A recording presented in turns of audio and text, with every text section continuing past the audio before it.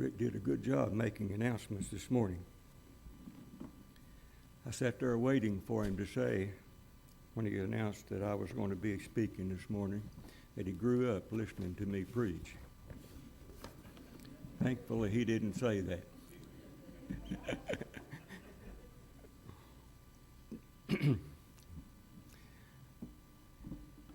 I don't know what the family emergency is exactly in regard to Brian and his being gone,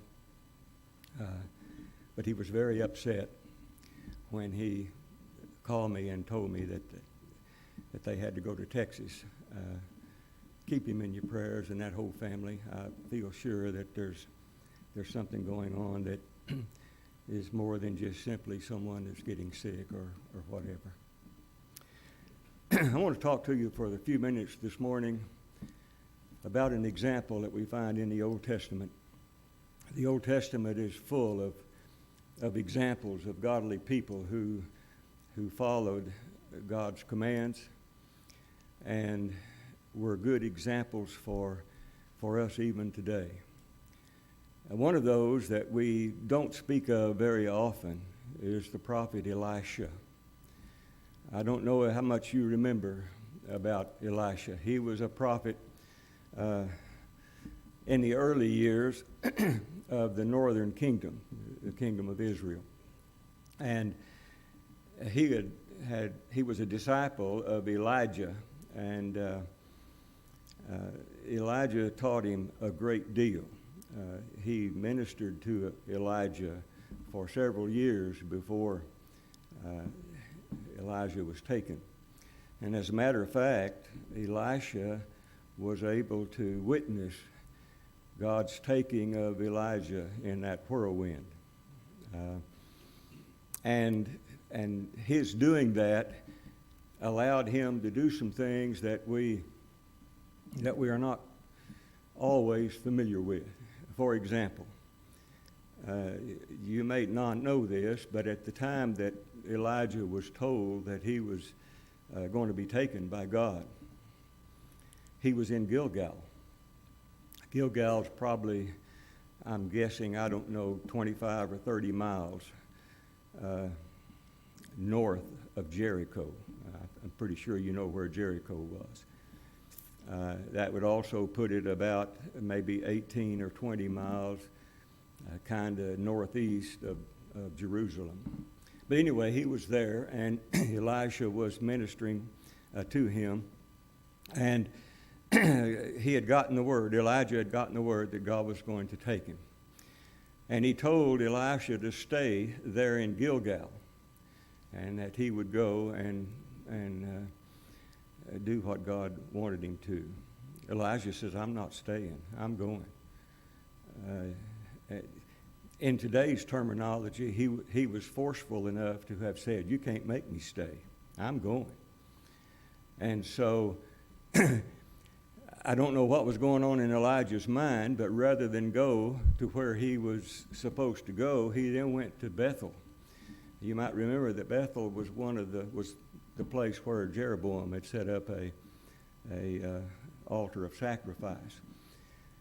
And when he got there, he told Elisha to stay there and wait. Elisha says, I'm not going to stay, I'm going. And so then they went to Jericho. And when they got to Jericho, Elijah again said, stay here. And Elisha said the same thing that he's been saying all the time. No, I'm not going to stay here. I'm going. And so Elijah finally relented. By the way, you'll notice that was 3 times that Elijah tried to get him to stay. It was enough that he realized that Elisha was going to go. And several times during that period of time that they were traveling until they got to Jericho, there were people that they met. And I find it really interesting and a little bit funny that at each place there were people that told Elisha, do you know that your master is going to be taken in a whirlwind? And he says, I know. You don't have to tell me. And he did say that, by the way. And so, anyway, they find themselves there at Jericho, and as they are approaching the Jordan River, Elijah takes his cloak off, and he just kind of slaps the water with it, and the water parted. And I believe, I can't prove this without to a certainty, but I believe it was the exact same place where the Israelites crossed the Jordan River as they came in to take Jericho, because there were stones there that had been set up. And so they crossed on dry land, and Elisha witnessed the taking of Elijah in a whirlwind. And Elijah said one last time to him, "Is there anything that I can do for you before I go?" And Elisha said, "I want a double portion of your spirit." And Elijah said, "Well, if you witness me being taken, that may happen." And so he was very careful to make sure that he saw Elijah as he was taken up in that whirlwind. And as that happened, the cloak that Elijah had used to wave across the waters of the Jordan River, Elisha grabbed a hold of it and kept it. And then, as Elijah ascended into heaven, Elisha turned around and walked back. The waters were flowing again in the river. And he waved that cloak over the river, and it parted a second time for him. And he went back to the northern kingdom of Israel. He was a prophet for 4 kings. He probably served as a prophet for somewhere in the neighborhood of 50 years. We don't know for certainty because we don't know exactly when it was that he died. He did not live in the wilderness. He chose to live in the city. And the stories that are told of him, they have become legend, really, because there are just multiple stories. The first 6 chapters of the book of 2 Kings are full of things that he did that helped other people, the miracles that he performed, including raising someone from the dead. He has no book that he wrote. He's not one of the minor prophets that we find in the scriptures, nor is he one of the major ones that we find there. That he didn't write anything as far as I know. So everything that we know about him was passed down, word mouth to mouth, until at some point it got written down. One of the things that he did is a widow came to him, and she told him that she was the widow of a prophet that was his a partner at one time. I don't know whether it's true or not. A lot of people think it was Obadiah that she was mentioning, that she was Obadiah's widow. Whoever it was, that particular prophet had helped people by providing them with the needs that they, food, clothing, shelter, whatever it was. You know, things weren't going well in the northern kingdom at that time. Idolatry was rampant. People had turned away from God and were following after idols. Not only that, but Syria, the king of Syria, Ben-Hadad, was constantly raiding, trying to capture the northern kingdom and take it into captivity. Eventually, God lets Assyria do that. But at this time, he prevented that from happening. And Elisha was a part of that. But this widow that had come to him said that she was in dire need, that her husband had used all of their finances to help people that needed to be helped, and that the government had come to her and told her that they were going to take her 2 sons and make them slaves in order to repay the debt that her husband had incurred. And she said, I don't want that to happen. Elisha said, what do you have in your house?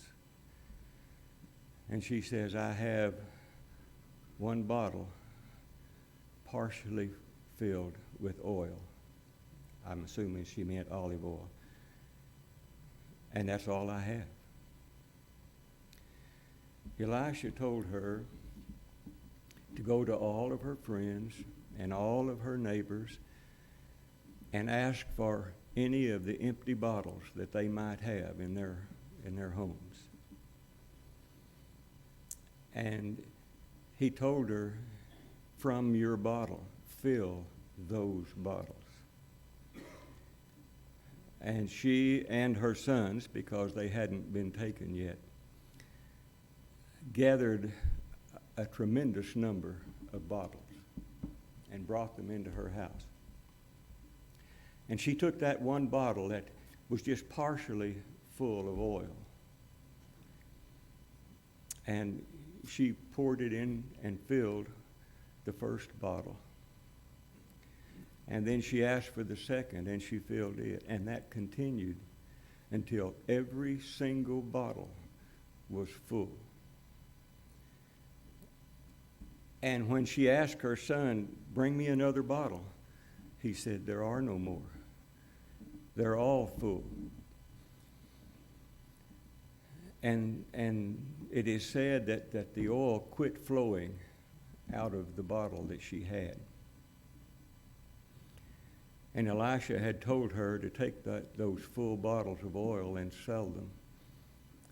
And there was enough to pay off all of her debt that her husband had accrued. And so he saved her. There was one time when a woodsman was chopping with an axe, and the head of the axe fell off, the handle, fell in the river. Have you ever thrown an axe head in the river? You know what happens to it. It just sinks to the bottom and you can't find it. And Elijah happened to be there and asked what was going on, and he said, my axe head is falling in the river. And Elijah took a stick, threw it in the river. That axe head floated to the top, and they could reach out and get it. Things like that. There was a lot of things like that we could talk about Elijah. He was a bald man, didn't have any hair. And I'm getting that way, so I will learn soon whether or not it's true that all bald men don't like to be bald. But there was a couple of fellows who made fun of him, called him Baldy.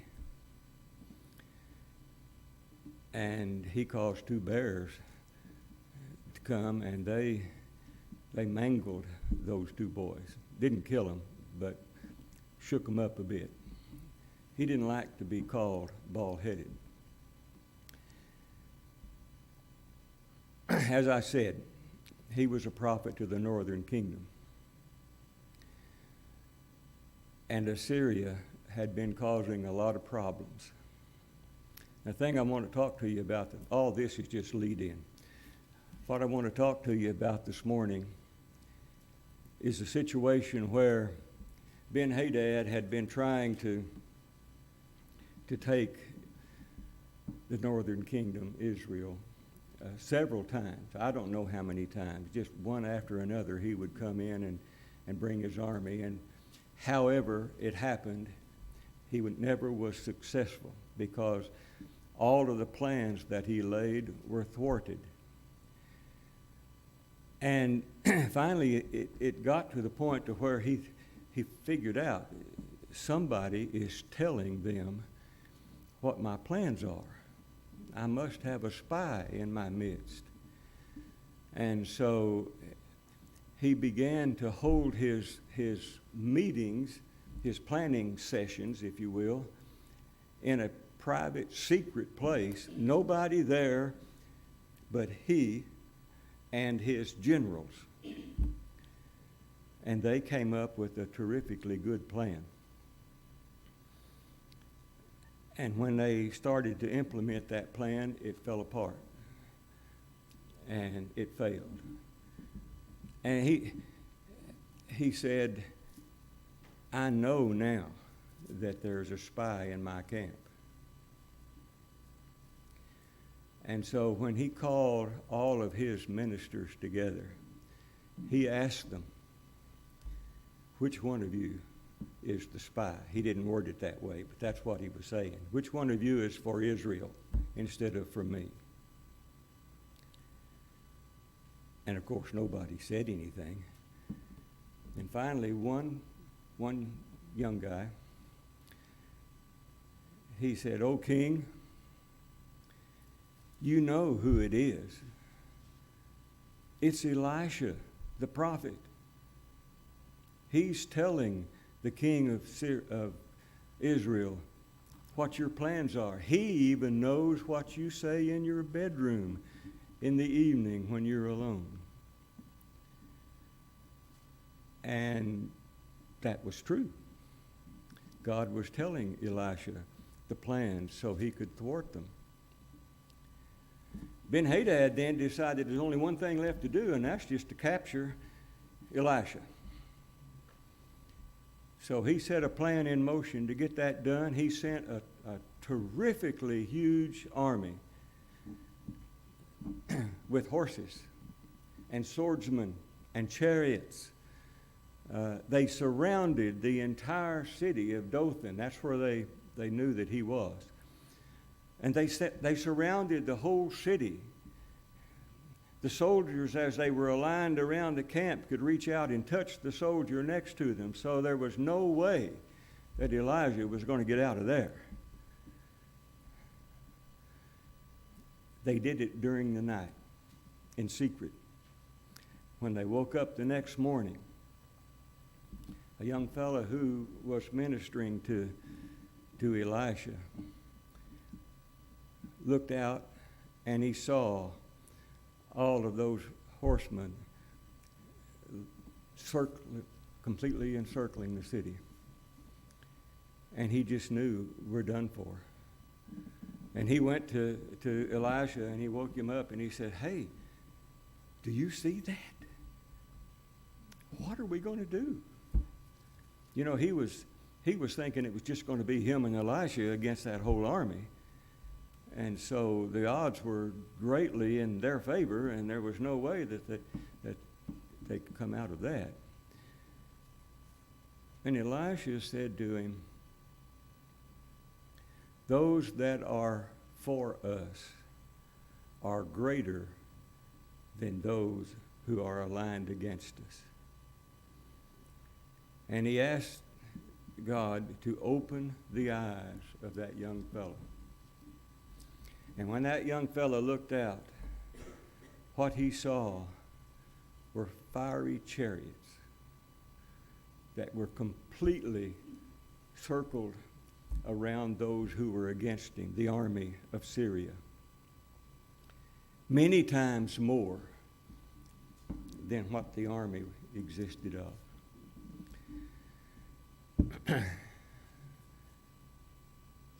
They didn't take him.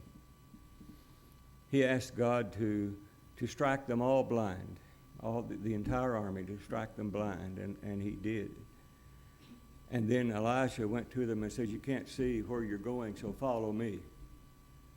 They didn't know, of course, who he was when he said that, and they followed him.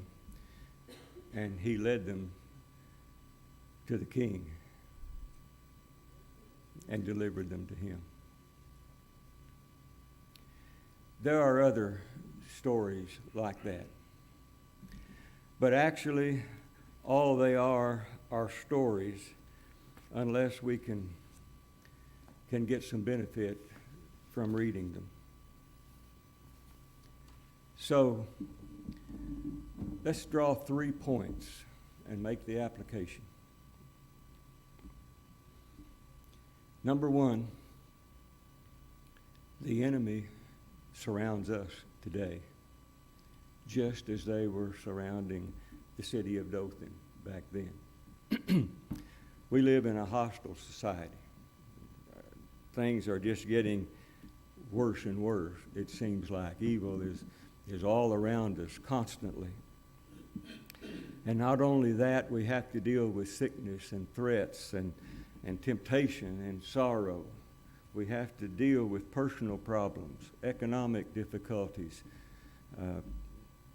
sometimes tragedy and loss of family members. There's all kinds of things that have us surrounded.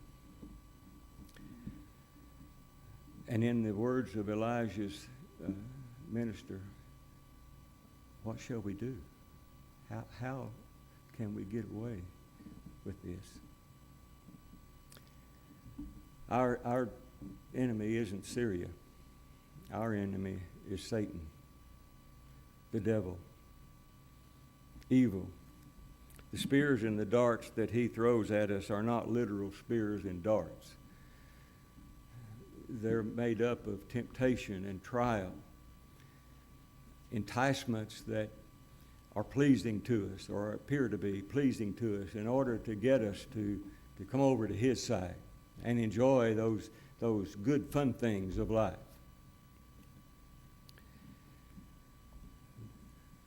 And his purpose is to take us. Just like that servant that asked, what shall we do? And when he did, Elisha allowed his eyes to be opened, asked God, and God opened his eyes in order to see those that were on his side. Those chariots are still there. We can't see them, but they're there.